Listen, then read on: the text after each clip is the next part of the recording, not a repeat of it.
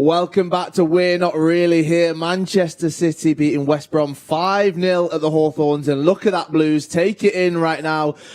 Top of the table for Manchester City for the first time this season. 41 points, 1 point ahead of second Manchester United. But Manchester City played 19, won 12, drawn 5, lost 2. Scored 36 goals and only conceded 13. The 11th clean sheet today coming against West Brom. Welcome back to We're Not Really Here. My name's Kyle Walker. I'm joined by Andy Morrison, Shaun as well.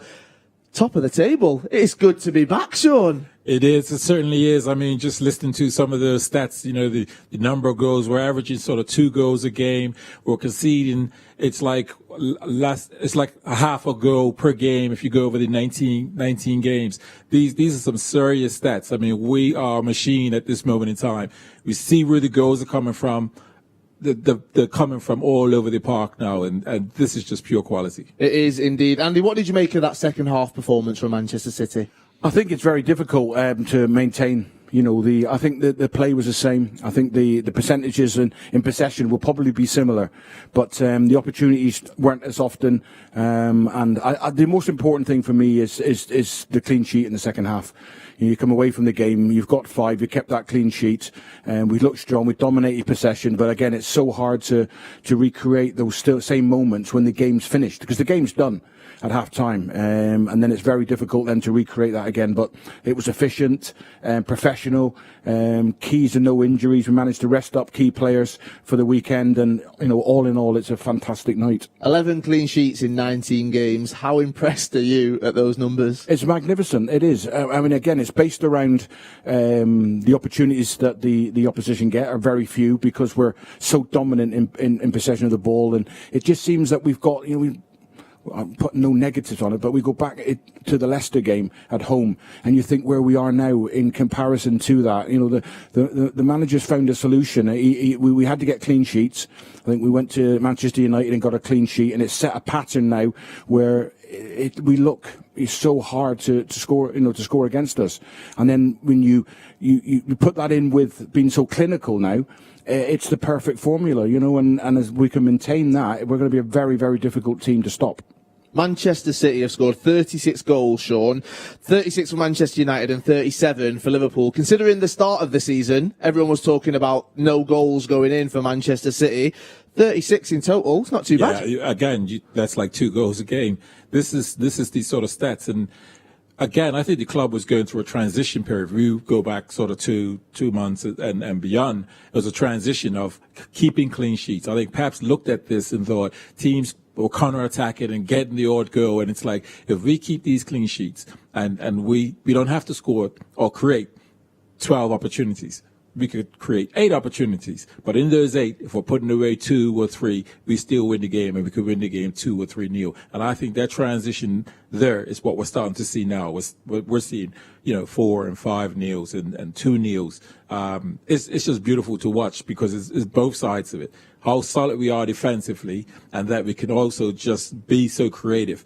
And when we play like this, I hate to sort of pick out one player, because everyone plays so well. And, you know, Cancelo, Mahrez, these guys are just make the game look so easy in what they do and how they do. But again, it's all through, you know, the information that Pep's saying, this is how this game's going to unfold, and this is where you can hurt them. It's beautiful to watch. Another man that had a vital role to play today was Ilkay Gundogan. We can hear his thoughts post-match. Thanks for your time. Cheers, guys. Cheers. Thanks, okay. Ilkay Gundogan sharing his thoughts just there after scoring 2 goals in that 5-0 win against West Brom. Now, we're not supposed to have favourite players, but Shaun, I feel like Ilkay Gundogan, he's one of yours. You talk very highly of him. Yes, because I think we went back, I think, when we weren't playing so well, how long ago that was, he was one of those that people, and I'm like, you're missing what he brings to the table. And he's bringing a hell of a lot of quality to the table. And we saw it tonight. You know, he's pinched the ball off a player defensively, goes and scores that. The other one, he shifts it from right foot to left foot, twinkle toes, and sort of just guides it in the corner. His general play of how he can arrive in an area ghostly. He just brings quality. He really does. And so I like to sort of, gas him up because I think people that don't see him need to see him. And as I said before the show, I see you, Gundogan. I see what you're doing. I feel like as a football fan, I can appreciate Ilkay Gundogan. I appreciate what he does on the pitch. But as a footballer, it must be another level to see what he actually does and what goes unnoticed, Andy. Yeah, it is that unnoticed, under the radar, a little touch at times because of the flair that we have in the players. I just think at the minute he stepped up, and it was nice to hear him talk about different qualities that players at the moment in time are bringing to the team in different areas, and actually being aware of what's actually going on. With Cancelo stepping into areas and changing the dynamics of the game, and I think the manager has to take incredible credit for where the club were not so long ago, and to have the vision and to be humble enough to go, at the moment, how I see the game isn't quite working out. We're not taking the chances. We're not creating what we're doing. And having a look at, for a moment, let's make sure we're solid. Let's make sure that if we do get one goal, we win 1-0. And I think that pattern's grown, and it's created a belief. So again, the manager thinking outside of the box in a period where we were struggling, and now we come along and now the goals are starting coming back, and it's 4s and 5s, which are familiar scores for us. But when we weren't getting them and we weren't looking like creating 4, 5, 6 goals in a game, we need to win games 1-0. And for him to see that and change the way we did, I think he's got to take great credit. We've not lost a game since the 21st of November. The last time we didn't win a game was the 15th of December against West Brom. Shaun, in your opinion, what has changed in this Manchester City team? Well, we sound like we're repeating ourselves, but it's fact. The combination of the players at the back, that understanding, that rhythm of playing. Again, Stones, when he come into the team and just his levels, and then that partnership with Diaz, so that became rock. Zinchenko comes in, doesn't skip a beat. He gives you that 7-8 performance. Cancelo, I actually start to think this guy could play in the midfield. He really can, because I'm looking, we see that pass today. We see that pass where he's picked out Gundogan. That's a De Bruyne pass. And he stepped into this area. When he's in the final third, I've seen him take players on like Mahrez or Sterling. This guy can play in the midfield. I've seen enough to know that. But this is the flexibility and the quality of the players. You got Gundogan that goes into areas. The game is beautiful. It's always been beautiful watching the City.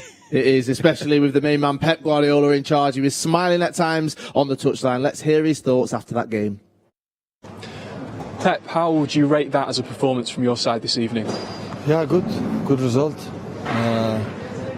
In general, a good performance. 3 more points. We spoke to Ilkay Gundogan. He was very modest about his recent goal-scoring form. Where do you think that's come from?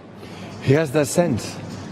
So before, sometimes play a holding midfielder or behind, but when he plays close to the box, he has this sense to make good runners to the box, and the quality with the ball always was there. When you're missing players like Sergio Aguero and Kevin De Bruyne, getting goals from maybe less expected places, I imagine, is rather pleasing. If you play good and everybody's involved in attack and defense, and everybody can arrive and everybody can do what, be in the position, what you have to do, everybody's able to score. What were your thoughts on the second goal? It was given by VAR. Yeah. West Brom didn't seem very happy it was given. Yeah, I can understand it. So now in VAR, in these situations, you have to follow the actions until the end, because you never know what's going to happen. Is the goal allowed it, disallowed it, and nobody knows. So you have to continue. Always we speak with the players. So until the end of the action, continue it, because we don't know what happened. So the goals that you did score this evening were beautiful, all 5 of them. But you seem to particularly enjoy the 5th one. So you're making some rather pleased. Yeah, really well. Yeah, it was a good movement, good pass, good. It was.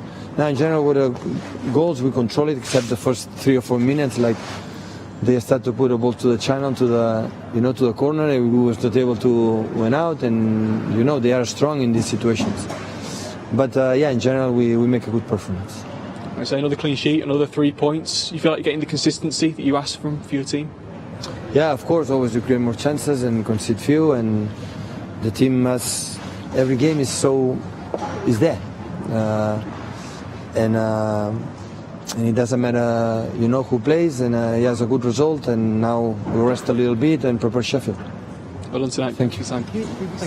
Pep Guardiola there showing his thoughts. We've not even talked about this fifth goal yet.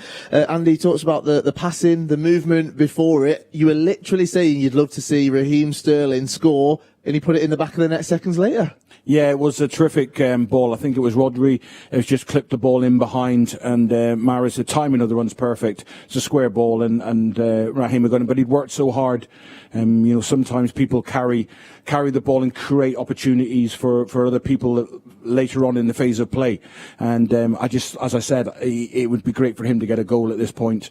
And he did right on cue. And again, at 5-0, it's hard to maintain them standards, but it's a fantastic night's work. It's a clean sheet, no injuries, rest up time, and as the manager's just said, then move on very quickly. Sheffield United. It will indeed. Saturday, Sheffield United at home, and then we will quickly look at the other fixtures as well. Burnley next Wednesday, the 3rd, and then it's Liverpool on the 7th, and then we've got FA Cup action that week as well, plus Tottenham the 13th of February. I talk about it being the business end of the season. It's crucial for Manchester City now, every point. Yes, it is, and this is the form you want to be going in with these games. And make no mistake, Sheffield United, with the form they're having, that'll be a difficult game.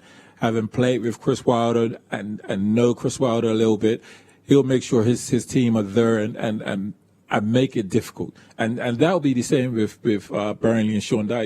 He is a defender. He was a rugged defender, aggressive defender, and he wants his players to give everything. So without even looking beyond those two games there will be difficult, but the players are in really good form and be rested up and ready for it. There's a great opportunity for Manchester City to stay well ahead of the closest opposition over the next few games. Even Liverpool, obviously champions last season, closest rivals last season as well. What a place it would be to go to and be well ahead of them this season. Yeah, it would, and I think that would be a fair reflection of how we've played and how the form has differed over the last couple of months, where we've come into a rich vein of form where, defensively, we look solid, we're scoring lots of goals, and they're coming into that difficult situation that maybe we had a few months back. So it's a great time to play them. And it's not a good time to be playing Manchester City at the minute because, you talked about Sheffield United. What I think might help them is they'll play a 5, so which stops a lot of things against City when you play a back 5. But if City are as efficient as they were tonight, as clinical, it's the same patterns for me every game. There's 6-7 chances in the first half, and it's how many we take. And tonight we were very, very good. And the same will happen on Saturday. We will have 5-6 very good chances in that first half. And if we're ruthless and we take them, it'll be very similar to tonight's game. Now, Andy, you said 3-1. Shaun, you said 3-0. I said 4-0. So I was the closest to it. So I get all the points for the prediction tonight. We do have our mystery blue as well. People have been getting in touch using that hashtag WNRH. So if you got it right, well, congratulations to you. You guys in the studio, you did let me know who you thought it was. And Andy, I'll give you the honour. Who did you think this one was? I thought it was Gail. There we go. I got it very quickly. You did indeed. And everyone at home that managed to get that as well, congratulations. Well done. Make sure that you use that hashtag again every single time We're Not Really Here is on. Right, all attention does turn to Sheffield United at the weekend. Saturday, We're Not Really Here will be back. But for now, Blues, enjoy it. Manchester City atop of the Premier League table, even if it is only for 24 hours. Who knows? Enjoy that one. Make sure you rub it in everyone's faces. We'll see you soon.